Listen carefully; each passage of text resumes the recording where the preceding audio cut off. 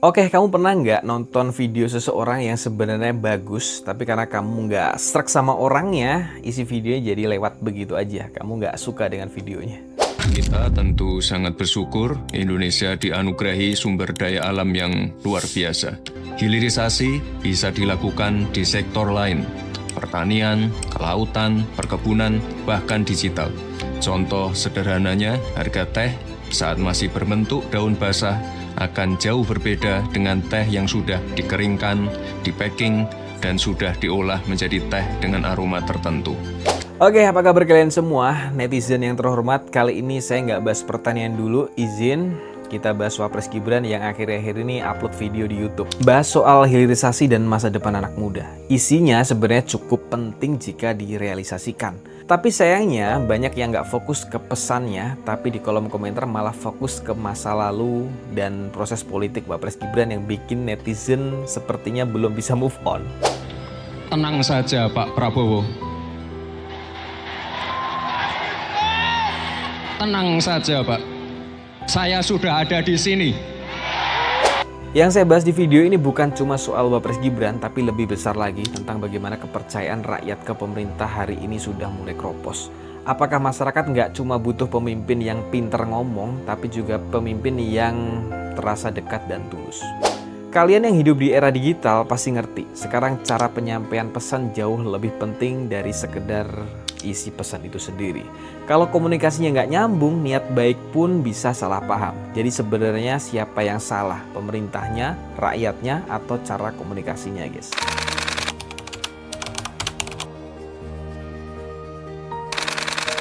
Kadang yang dihujat itu bukan isi pesannya, tapi siapa yang ngomong duluan. Kamu pasti pernah ada di situasi ini. Ada orang yang ngomong sesuatu yang benar, tapi karena kamu nggak suka sama dia, kamu jadi malas dengerin. Nah, kira-kira begitu suasana di kolom komentar YouTube-nya Wapres Gibran.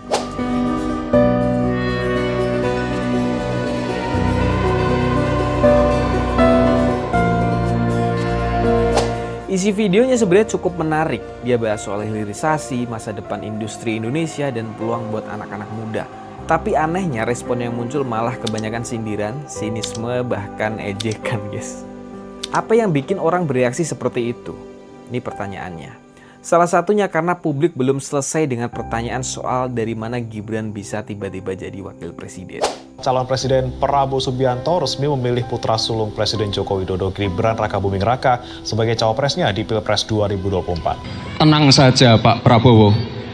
Saya tidak ingin memberikan pendapat atas putusan MK, nanti bisa disalah mengerti seolah-olah saya Ini semua terjadi karena banyak yang merasa prosesnya belum sepenuhnya transparan dan terbuka. Akhirnya semua langkah lanjutan Gibran meskipun niatnya baik jadi seperti punya beban masa lalu. Apalagi sekarang masyarakat itu sudah mulai peka. Mereka nggak cuma lihat isi tapi juga lihat niat di balik isi itu. Kalau belum percaya sama orangnya, sebaik apapun pesannya tetap terasa hambar kan. Tapi ini bukan akhir, justru dari sini kita belajar. Percaya itu bukan tentang dari satu video, tapi dari perjalanan yang panjang.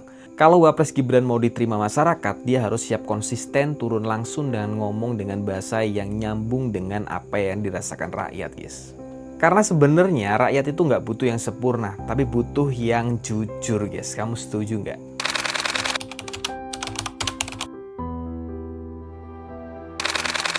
Kalau rakyat diajak ngobrol pakai bahasa langit ya wajar kalau mereka nggak nyambung karena mereka hidup di bumi, yes. Kamu sadar nggak sih kadang pemerintah itu sudah ngomong banyak, udah bikin campaign, pidato posting di video, bahkan masuk ke media sosial. Tapi tetap aja yang didengar rakyat cuma mereka nggak ngerti kita. Nah sebenarnya bukan soal berapa banyak pemerintah ngomong, tapi bagaimana cara ngomongnya, guys. Ini paling penting. Rakyat sekarang itu sebenarnya bukan cuma butuh penjelasan teknis atau angka-angka yang manis. Mereka itu butuh cerita. Mereka itu butuh diajak mikir bareng, bukan sekedar disuruh percaya. Komunikasi yang menyentuh itu bukan yang terdengar pintar, tapi yang terasa dekat, yang bisa pakai bahasa hati, bukan cuma bahasa ekonomi dan politik, guys. Misalnya nih, kalau ngomong masalah hilirisasi, jangan langsung bawa istilah teknis dan proyek besarnya. Coba mulai dari, kamu tahu nggak kenapa kita harus bisa ngolah bahan mentah sendiri? Lalu masuk ke contoh kehidupan sehari-hari masyarakat. Kayak bayangin kalau kamu punya kebun pisang, tapi nggak bisa bikin keripik sendiri, terus yang untung malah orang luar. Nah dari situ rakyat baru mulai merasa, oh itu tuh maksudnya. Contoh sederhananya, harga teh saat masih berbentuk daun basah akan jauh berbeda dengan teh yang sudah dikeringkan, dipacking, dan sudah diolah menjadi teh dengan aroma tertentu. Padahal Wapres Gibran sudah mencontohkan produk olahan teh menjadi teh saset aromatik. Ini sebenarnya sudah benar, sudah ringan pesannya, tapi balik lagi ke chapter 1 tadi guys. Sayangnya selama ini komunikasi dari pemerintah sering terasa satu arah, seolah-olah rakyat cuma penonton, bukan bagian dari cerita.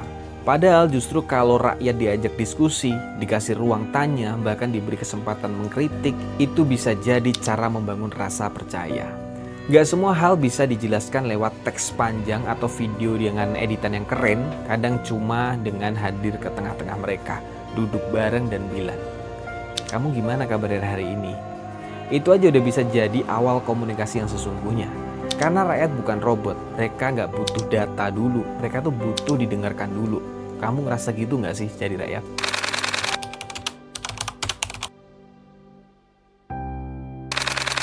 Kepercayaan itu kayak gelas kaca, sekali retak diperbaiki bisa, tapi nggak akan pernah sama lagi guys. Kamu pernah nggak percaya banget sama seseorang, tapi suatu hari dia ngelakuin hal yang bikin kamu kecewa berat.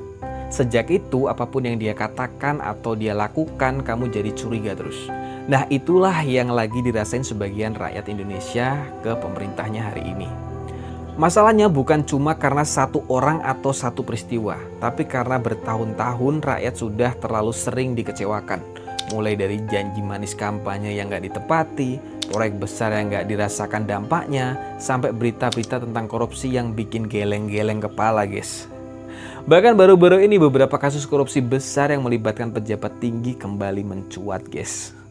Kejaksaan Agung menggelar rekonstruksi kasus dugaan suap penanganan perkara di Pengadilan Negeri Jakarta Pusat dan perintangan penyidikan terkait putus lepas atau onslek 3 terdakwa korporasi terkait perkara tindak pidana korupsi pemberian fasilitas ekspor kerat palm oil atau CPO. Rekonstruksi digelar untuk memberikan gambaran yang lebih jelas tentang peristiwa yang terjadi dan untuk memperoleh kesesuaian keterangan para tersangka yang tertuang dalam berita acara pemeriksaan. Dari semua ini akhirnya setiap kali pemerintah ngomong rakyat nggak langsung percaya. Mereka tanya dulu, ini beneran demi rakyat atau pencitraan? Apalagi kalau yang ngomong adalah tokoh politik yang dianggap naik karena jalur keluarga atau kekuasaan. Resistensinya pasti makin tinggi guys. Tapi kamu tahu nggak, masyarakat Indonesia itu sebenarnya nggak susah percaya. Mereka tuh gampang tersentuh. Tapi mereka juga cerdas. Sekali mereka merasa dibohongin, mereka akan ingat lama banget. Dan itu PR besar bagi pemerintah hari ini. Bukan sekedar menyampaikan kebijakan, tapi membangun ulang kepercayaannya guys. Percaya itu nggak bisa dibeli, tapi bisa dibangun pelan-pelan tapi. Dimulai dari keterbukaan, kejujuran, dan keberanian untuk bilang, kami salah, kami mau perbaiki. Jadi kalau sekarang masyarakat banyak yang komentar pedas di YouTube Wapres Gibran, itu bukan sekedar soal isi videonya, tapi karena di balik layar ada luka yang belum sembuh. Dan luka itu butuh waktu, bukan hanya kata-kata. Kamu bisa ngerasain nggak gimana susahnya percaya lagi setelah kecewa guys?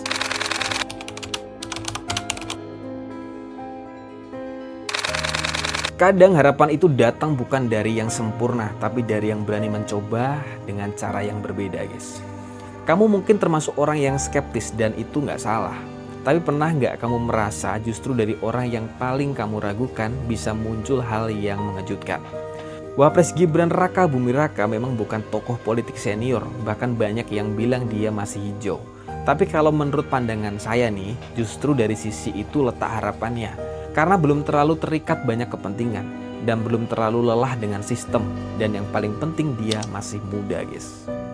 Usia muda itu punya dua sisi, bisa dianggap belum cukup pengalaman, tapi juga bisa jadi modal segar buat membawa pendekatan baru. Seperti Wapres Gibran mulai aktif di media sosial, turun ke lapangan dan berbicara dengan gaya yang lebih ringan. Ia mungkin belum sempurna dan belum pas, tapi itu langkah awal yang jarang dilakukan pejabat setingkat wakil presiden guys. Dalam video YouTube-nya, dia nggak bicara soal angka-angka yang ribet. Dia bahas masa depan, bonus demografi, dan potensi anak muda. Memang banyak netizen yang komentar sinis, tapi diam-diam ada juga yang mulai memperhatikan. Ini anak muda juga ya? Mungkin cara mikirnya nggak beda nih. Kamu tahu nggak, kadang orang tua pun bisa luluh kalau anaknya datang dengan sikap sopan dan terbuka. Begitu juga dengan rakyat, kalau Wapres Gibran terus bicara dengan rendah hati, konsisten turun ke bawah, dan berani jujur soal masa lalunya, peluang untuk mengubah persepsi itu terbuka sangat lebar, guys. Rakyat itu sebenarnya gampang banget memanfaatkan dengan catatan, asal kamu benar-benar mau berubah dan bekerja. Kita semua tahu bahwa kepercayaan nggak bisa instan, tapi kalau Wapres Gibran terus berjalan, bukan sembunyi-sembunyi, bisa jadi dia bukan sekedar anak mantan presiden, tapi jadi pemimpin muda yang punya warna tersendiri. Apakah kamu masih ragu dengan Wapres Gibran, atau justru mulai penasaran bakal seperti apa langkah selanjutnya? Tulis pendapat kalian di kolom komentar ya.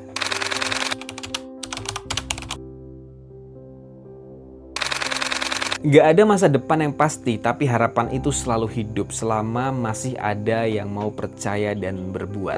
Kamu pasti pernah merasa capek lihat berita politik, isinya itu-itu aja. Drama kekuasaan, janji yang gak ditepati, kasus yang gak diselesaikan.